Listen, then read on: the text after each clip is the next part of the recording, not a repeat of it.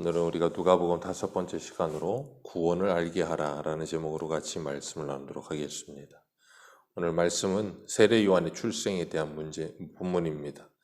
엘리사벳이 해산할 기한에 차서 아들을 낳았습니다. 그리고 이웃과 친족들이 다 그 아이가 주의 긍휼하심에 하나님의 긍휼하심을 통하여 낳게 된 아이라는 것을 알고 크게 기뻐하였습니다. 그리고 엘리사벳이 세례 요한이 8일째 되는 날에 할례를 행하려고 하는데 그 아이의 이름을 할례를 행할 때 지어주는데 자기 집안의 사람들의 이름을 따서 가장 가까이에는 자기 아버지의 이름을 따서 이 아들의 이름을 짓는 경우가 이스라엘에는 왕왕 있었습니다. 그래서 할례를 행하면서 이 아이의 이름을 자기 아버지의 이름을 따서 사가랴라 이름하려고 하는데 이 엘리사벳이 그것을 반대해요. 그리고는 엘리사벳이 요한이라 하리라 그렇게 이야기합니다. 그 이유는 하나님의 천사 가브리엘이 와서 이 엘리사벳하고 사가랴에게 이미 말씀하여 주셨기 때문에 그래요. 아이를 낳을 것인데 이름을 요한이라 하라. 그 이야기를 들었고 그래서 이 엘리사벳이 자신의 친족들에게 요한이라 하리라 그랬더니 그 뒤에 하는 말이 무엇인가 하면 61절에 내 친족 중에 이 이름으로 이름한 이가 없다. 그런데 어떻게 이렇게 이름하라고 하느냐. 그리고 자기 아버지 사가랴에게 몸짓하면서 뭐라고 이름하느냐고 물었더니 서판을 달라고 하면서 이 사가랴도 뭐라고 이럽니까? 자기 아들의 이름을 요한이라고 씁니다. 그리고 요한이라고 쓰고 나서 곧바로 그 입이 열려 혀가 풀리고 하나님을 찬송하였다. 그렇게 고백하고 있습니다. 그리고 그 소식이 65절에 보니까 온 유대 산골까지 두루 퍼졌다라고 말씀하고 계십니다. 하나님께서 이 사건을 보게 하시고 많은 사람들에게 이 세례 요한의 이 메시지가 전파되어지게 하면서 이것이 징조가 되게 하신 거예요. 그리고 모든 사람들이 그 소식을 듣고 두려워하였다 그렇게 말씀하고 있습니다. 그래서 66절에 보면 66절 같이 읽겠습니다. 시작. 듣는 사람이 다 이 말을 마음에 품으리되 이 아이가 장차 어찌 될까 하니 이는 주의 손이 그와 함께 하시리라. 아멘. 앞으로 이 아이가 어떻게 될까? 그 이유는 주의 손이 그와 함께 하심이라. 성경에서 이 주의 손이라는 표현은 이 요한에게만 표현된 것은 아닙니다. 구약에도 여러 번 주의 손에 대해서 표현이 나오는데 그 대표적인 말씀이 민수기 11장 23절이에요. 여호와께서 모세에게 이르시되 여호와의 손이 짧아졌느냐? 내가 이제 내 말이 내게 응하는 여부를 보리라. 아멘. 여호와의 손이 짧아져 구원하지 못하겠느냐? 그런 표현을 하나님께서 자주 사용하시는데 그게 아니라는 거예요. 그러면서 이스라엘 백성들이 먹을 것이 없어 마실 것이 없어 하나님께 불평할 때 하나님께서 말씀하시는 거예요. 내가 손이 짧아 너희들을 구원하지 못하겠느냐? 내가 능이 없어 너희들을 구원하지 못하겠느냐? 그게 아니라는 거예요. 그러나 하나님께서 그렇게 너희들에게 어려운 상황과 환경을 허락하시는 이유는 거기에 하나님의 뜻이 있기 때문이라는 것을 알라 그 말씀하시는 거예요. 하나님의 도움의 손길이 요한과 일평생 함께 하셨다라는 표현이 이 주의 손이 그와 함께 하심이라 그 말이에요. 그렇기 때문에 그 장차 어찌 될까? 듣는 사람들이 다 궁금해했다는 겁니다. 왜요? 범상치 않으니까. 늙은 엘리사벳이 어떻게 아이를 낳을 수가 있어? 그래도 정말로 낳아버린 거예요.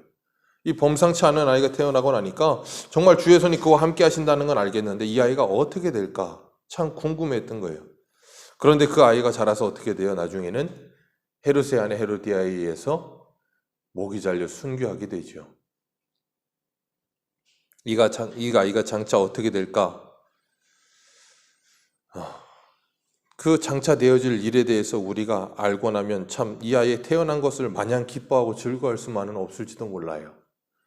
그러나 사도행전 1장 8절에 보면 오직 성령이 너희에게 임하시면 너희가 권능을 받고 예루살렘과 온 유대와 사마리아와 땅끝까지 이르러 내 증인이 되리라. 아멘. 이것이 하나님의 성령을 받아 그 권능을 받은 하나님의 사람들의 삶이다라는 것을 말씀하시는 거예요. 성령을 받고 권능을 받아 하나님의 손이 그들과 함께 하신다. 그래서 사도행전에 보면 제자들의 이 모든 행정들을 보면 하나님의 손이 그들과 함께 하세요. 그래서 하나님께서 그들을 도우시고 지키세요. 그래서 바울이 수많은 죽을 고비를 넘기는데도 불구하고 하나님께서 바울을 뭐 하세요? 지키세요.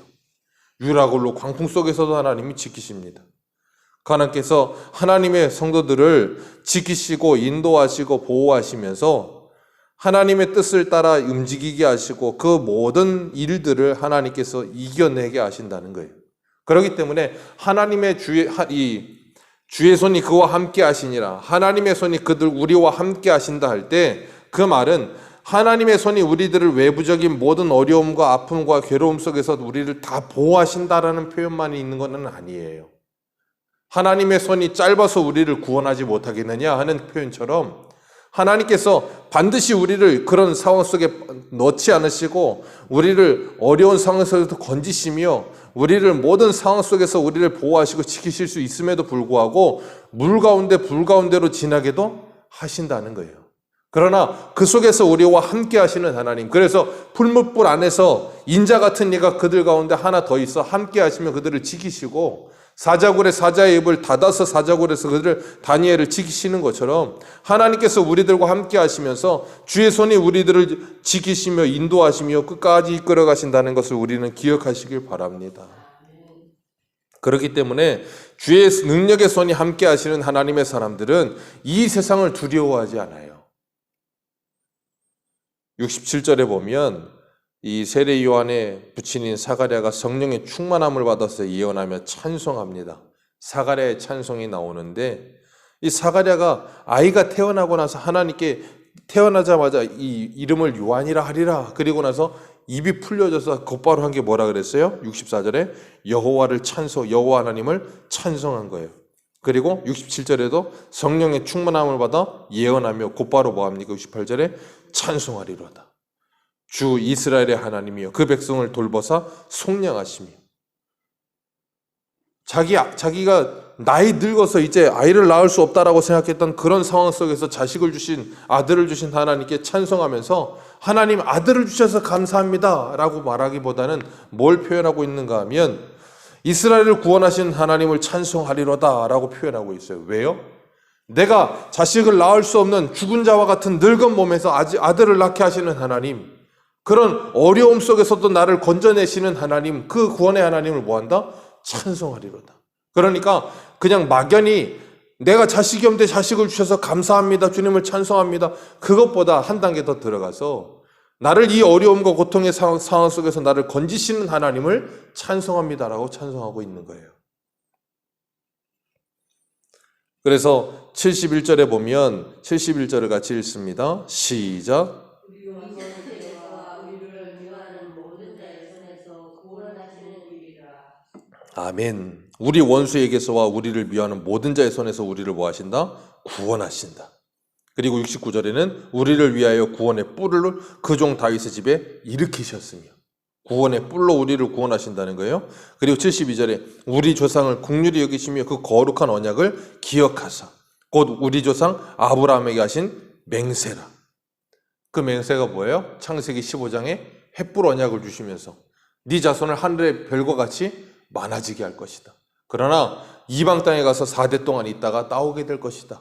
하나님이 이미 예언하셨어요. 그리고 그 예언하신 것처럼 그들이 애굽에 내려가서 430년을 살고 나서 하나님께서 때가 참에 모세를 보내어 그들을 뭐 하세요? 구원하여 내세요. 누구의 때에 누구의 뜻대로요? 하나님의 때에 하나님의 뜻대로 하나님께서 그 모든 일을 행하세요. 그래서 68절에 찬송하리로다. 주 이스라엘의 하나님이여 그 백성을 돌보사 속량하셨느니라. 하나님은 오늘도 저와 여러분들을 돌보시는 줄 믿으시길 바랍니다. 하나님의 손으로 우리들과 함께 하시면서 우리를 돌보고 계시고 우리를 속량하고 계세요. 누구에게서요? 우리 원수에게서, 우리를 미워하는 자의 손에서 우리를 구원하여 내시느니라. 우리 한 구대만 읽겠습니다. 베드로전서 한번 가보겠습니다. 베드로전서 1장입니다. 베드로전서 1장 3절.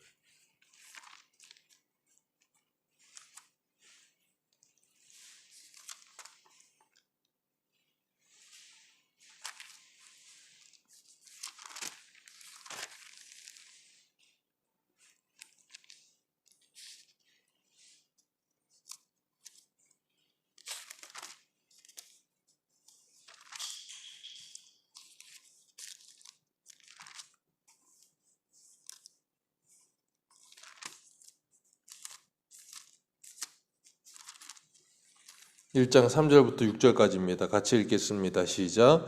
우리 주 예수 그리스도의 아버지 하나님을 찬송하리로다.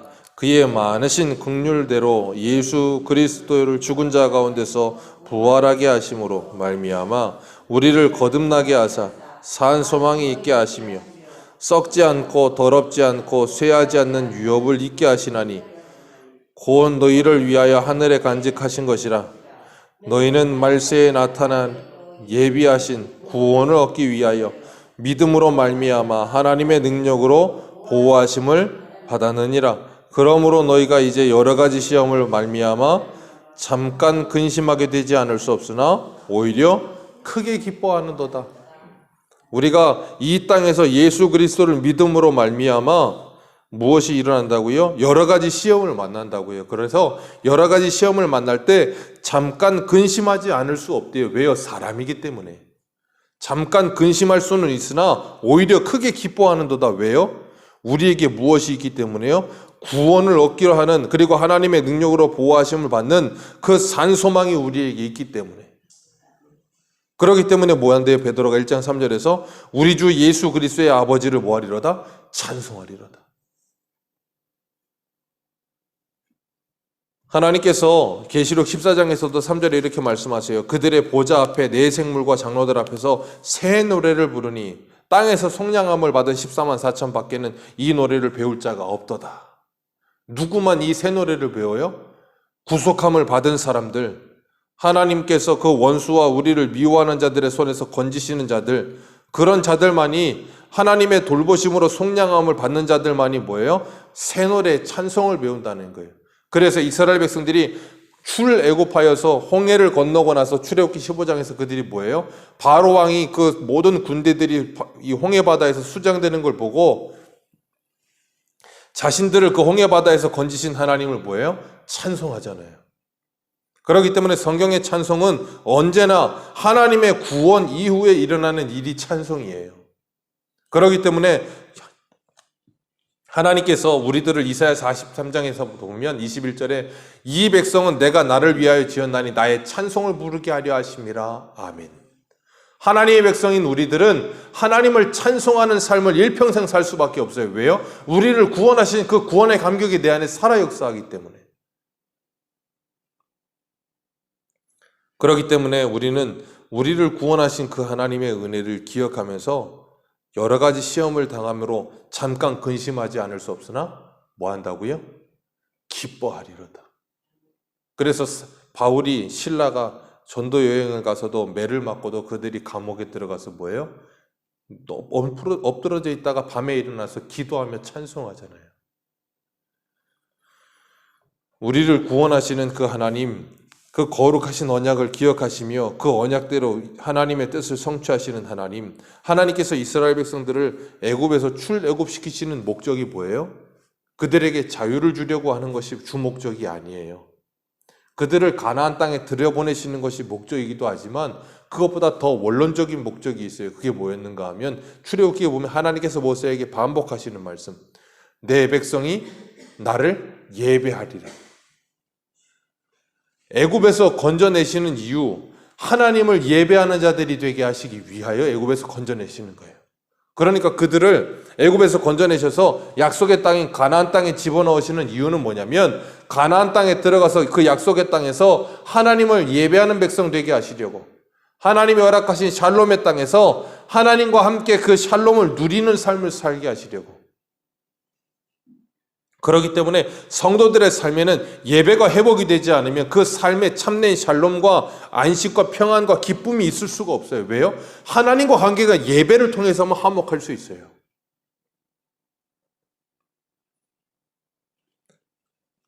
그 모든 일을 이루시기 위해서 하나님의 손이 쉬지 않고 뭐 하세요? 함께 하시며 일하고 계시는 거예요. 그래서 하나님께서 나라고 하는 한 사람을 구원해내시기 위해 수많은 상황과 환경을 하나님께서 뭐 하시는가 하면 다 연결시키셔서 그 모든 것이 이렇게 이루어져 하나님의 사람 하나를 만들어내시는 거예요. 그래서 하나님께서 이스라엘 백성들을 구원해내시기 위해서 창세기 15장에서 이미 아브라함에게 언약하시고 이삭도 없는 그때에 아브라함에게 언약하시고 그리고 아브라함을 통해서 그 모든 일들이 진행되어져 가게 하셔서 나중에는 요셉이라고 하는 사람이 팔려가 애굽의 총리가 되고 그 모든 걸 통해서 이스라엘 백성들이 애굽에 정착하게 되고 그들이 430년 동안 거기 살면서 확장되어지고 수세가 많아지게 하시고 하나님의 나라가 되게 하셔서 하나님의 구원을 경험하는 것처럼 하나님을 사랑하는 자, 그 뜻대로 부르심을 받은 자들에게는 모든 것이 합력하여 선을 이루어내시는 거예요. 그게 바로 주의 손이 함께 하심. 세례 요한과 하나님이 함께 하세요. 세례 요한의 손과 하나님이 함께 하세요. 그래서 세례 요한이 뭐라 그래요? 주의 복음을 전하고 주님 오실 길을 오늘 본문에 보면 그 아버지 76절 말씀 같이 읽습니다. 시작. 오늘 본문 76절입니다. 선지자라 일컬음을 받고 주 앞에 앞서가서 그 길을 준비하여. 세례 요한이 이 아이요, 그 말은 자기가 낳은 그 아들 세례 요한을 말하는 거예요. 세례 요한이 지극히 높으신 이의 선지자라 일컬음을 받고 주 앞에 앞서가서 그 길을 예비하리라. 이사야 40장 말씀을 인용한 거거든요. 주님 오실 길을 예비하기에 높아진 것을 낮추며 골짜기를 메어 도두어서 평지가 되게 하며, 그래서 주님 오실 길을 예비하라 그랬는데 그 세례 요한이 가서 주의 길을 예비하며 그 길을 닦는 일에 충성했다고요. 그런데 세례 요한이 언제 죽어요? 30살에 죽어요. 단명합니다. 세례 요한이 잡혀 들어가서 감옥에 들어가 있을 때 예수님이 건져주지 않으시니까. 왜요? 주의 손이 그와 함께 하심이라 그랬는데 아니 어떻게 나를 건져주지 않지? 실족할 뻔하였다니까요. 세례 요한도. 이 땅을 살아가면서 성도들은 하나님께서 우리에게 주신 그 사명을 다하는 그날까지 충성을 다하다가 주님의 품에 안기는 것이 복이에요. 그래서 계시록 14장에 지금 이후로 주 안에서 죽는 자들은 복되도다. 그러니까 성도들은 주 안에서 죽는 자들은 복되도다. 이 땅에서 몇 년을 사느냐가 중요하지 않고 어떻게 살았느냐가 중요해요. 네, 그것이 핵심이에요.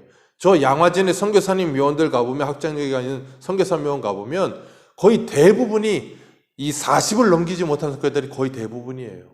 다 20대, 30대에 다 단명합니다.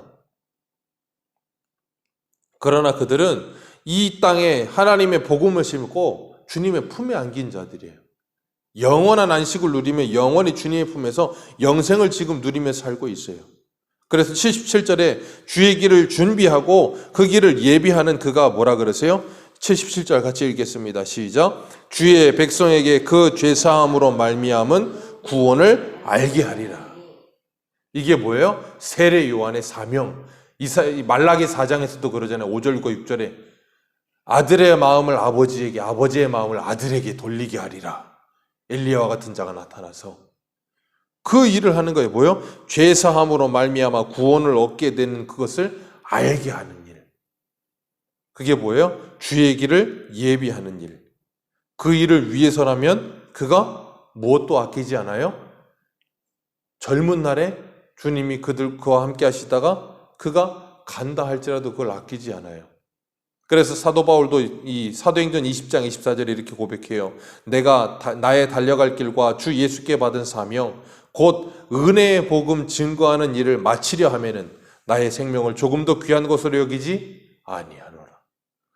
은혜의 복음을 증거하는 일을 마치려 하면은, 나에게 주어진 하나님의 은혜의 복음을 증거하는 일을 마치려 하면은 그것이 나의 생명보다도 귀하게 여겨진다. 그게 더 귀한 일이다.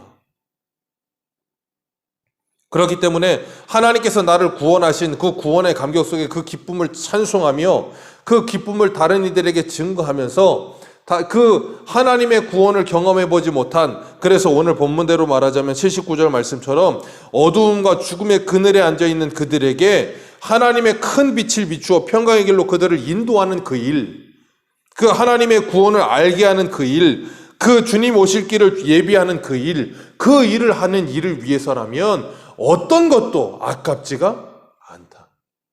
내 목숨이라 할지라도. 우리 믿음의 선진들은 그렇게 주님 앞에 살아가는 거예요.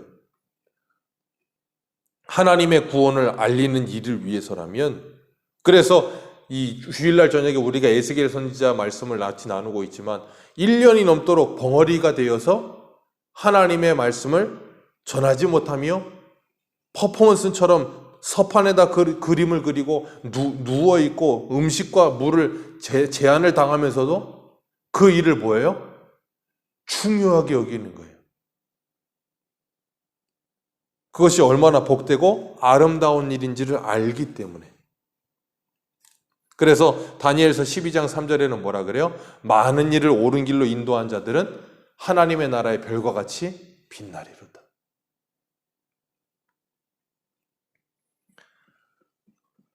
오늘도 주님의 손이 우리와 함께 하시면 우리가 죄 사함으로 말미암아 구원을 알게 하는 그 일을 예비하며 준비하며 이 76절에 이 아이가 그 일을 하리라. 저와 여러분들이 그 일을 하게 되는 복을 받으시길 주님의 이름으로 축복합니다. 그래서 우리 주변에 어두움과 죽음의 그늘에 앉아있는 이들이 참 많아요. 흑암의 그늘에 앉아 울고 있는 나의 백성들. 그 찬송가 가사가 여기 이 본문에서 나왔거든요. 오늘도 우리 주변에 흑암의 이 그늘에 앉아서 그냥 사망의 그늘에 앉아있는 사람들이 얼마나 많아. 얼굴이 그냥 사망의 그늘이 확 들이운 사람들, 그 인생이 그런 사람들, 그래서 아무런 소망이 보이지 않는 사람들, 그런 사람들에게 하나님의 빛이신 예수 그리스도가 비추어지면 그 인생이 살아나는 거예요. 그 인생이 놀라운 은혜가 임하게 되는 거예요. 우리가 그렇잖아요. 이 세상에 사는 사람들도 이 세상의 것들로 그들이 그런 말 하잖아요. 얼굴에 화색이 돌아, 그런 말을 하잖아요. 그런 것처럼 자신들이 좋아하는 그 무엇인가를 그들에게 주면 그들이 갑자기 생기가 나요. 죽은 것 같던 인생이 생기가 돋는다고요. 그런데 그들에게 영원한 생명이신 예수 그리스도를 주면 그들에게 영원한 생명이 돋아나고 그들이 생기가 돌기 시작하는 거예요. 그런데 누구에게만 그런 일이 일어나는가 하면 그 말씀이 믿어지는 자에게만. 그 말씀이 믿어지는 자들은 그 예수 그리스도의 복음이 그들에게 생기를 줘요. 그래서 어저께도 제가 말씀을 드린 것처럼 하나님의 말씀이 우리에게 능력이 되어서 그 말씀이 믿어지는 자들은 뭐예요? 넘치는 활력과 생기를 갖게 될 것이다 그러잖아요. 그래서 그 말씀을 경험하는 삶, 그 말씀이 사라지는 삶을 살면 사망의 그늘에 앉아서 눌러 앉아서 그냥 그 주일날 오전에 우리가 사도행전 할 때 루따에 있던 그 애니아와 같이 중풍병에 걸려서 8년을 누워 있는 것처럼 모든 생기가 사라져버린 그런 삶을 살지 않아요. 주 예수의 이름으로 일어나는 거예요. 그리고 그 자리를 정돈하는 거예요.